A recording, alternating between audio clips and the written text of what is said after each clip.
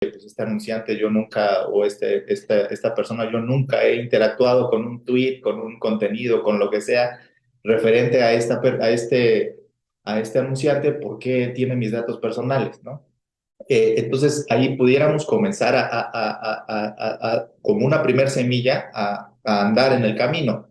Desde luego, por ejemplo, esos datos no los tienen de inmediata disposición. Por ejemplo, yo ayer estaba consultando mis datos, qué datos almacenados tiene míos de Google, y hay un apartado, como mencionaba, que dice que se los dan a terceros, pero no me dice cuáles son esos terceros. Entonces yo pudiera preguntarle a Google, tengo mi derecho de acceso a la información y Google es un sujeto obligado en términos de la legislación mexicana, con quiénes han compartido esos datos y por qué a esos sujetos, a esos terceros. Y ya veremos qué nos responde Google, y ahí, con base en lo que nos responda, nosotros pudiéramos acudir a ya defensa judicial de nuestros derechos.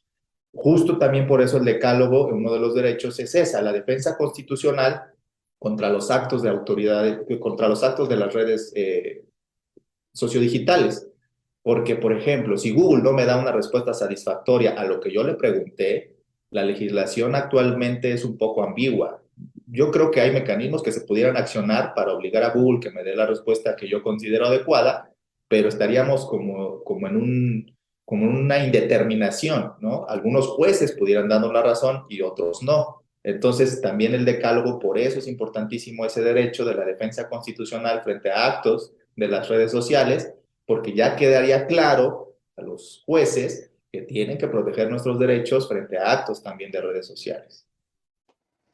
Y justo, bueno, sobre este tema de los abusos y algunas arbitrariedades que encarnan estas empresas, grandes corporaciones, como pudiera ser el caso de Google o de Twitter, Facebook, TikTok, YouTube, pues justo preguntarles qué tanto se puede avanzar, porque finalmente estas empresas pues actúan como lo que son, ¿no? Y como corporaciones tienen también sus mecanismos para tratar de influir sobre todo en el ámbito legislativo, ¿no? En México se les conoce como cabilderos, en Estados Unidos pues como todo este lobby, pero al final siempre tienen sus propios mecanismos para corromper a las autoridades.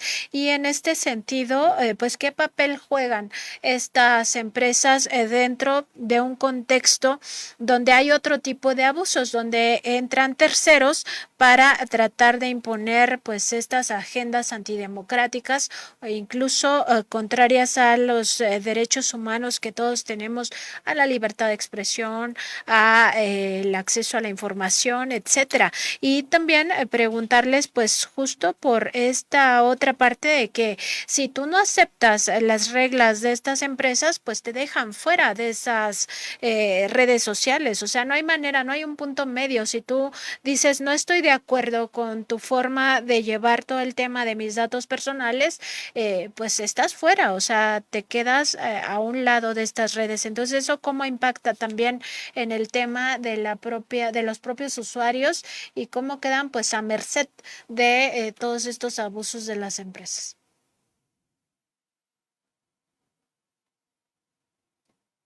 Si quieres empezar un poco, Ricardo, para variar el orden. Vale, vale. Sí, yo creo que aquí también tenemos que avanzar en otros sentidos. Hacer solo una legislación que procure regular las redes sociales, si no se acompaña de otras acciones, pudiera quedarse bastante coja. Como mencionas, estas empresas son empresas y además son transnacionales, tienen un poder impresionante, ¿no?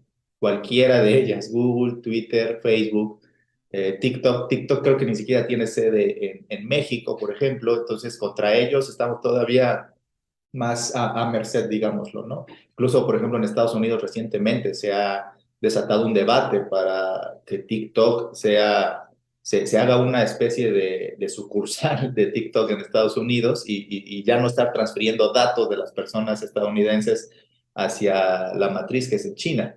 Entonces sí, estas redes tienen un enorme poder y por eso justamente es que tenemos que empezar a verlas como actores políticos, como actores con intereses comerciales, etcétera,